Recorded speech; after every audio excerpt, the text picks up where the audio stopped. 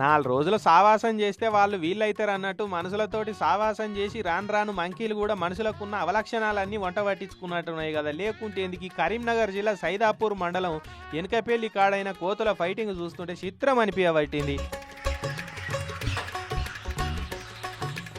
వెనకపల్లి కాడ ఆల్రెడీ ఉన్న లోకల్ కోతుల బ్యాచ్కు వేరే ఊరు నుంచి వచ్చిన కోతుల బ్యాచ్ ఎదురైందట.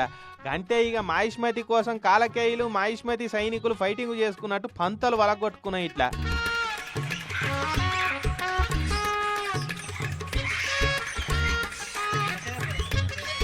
కిసకిస సప్పుడు చేసుకుంటా జనాలకు వశపడకుండా చేసిన ఈ గంజాయి కొట్టిన గలీజ్గాళ్ళ లెక్కనే జోపుకున్నాయి. ఇక ఆ కోతులను అదిలిస్తే మనల్నీడ మడత పెడతాయో అని మందేవాళ్ళు వాటి జోలికి పోయే సాహసం చేయలే. ఇక గంట సేపు గ్లాడియేటర్ల లెక్క యుద్ధం చేసుకున్నాయి. అమెరికాలకు అక్రమంగా వలస వస్తే ట్రంప్ ఎలా కొట్టినట్టు మంకీలు కూడా ఊర్లోకి వచ్చిన నాన్ లోకల్ కోతుల పట్ల ట్రంప్ కాక పాలసీని అమలు చేస్తున్నాయి. చూడు రీ ఎట్లున్నాయో.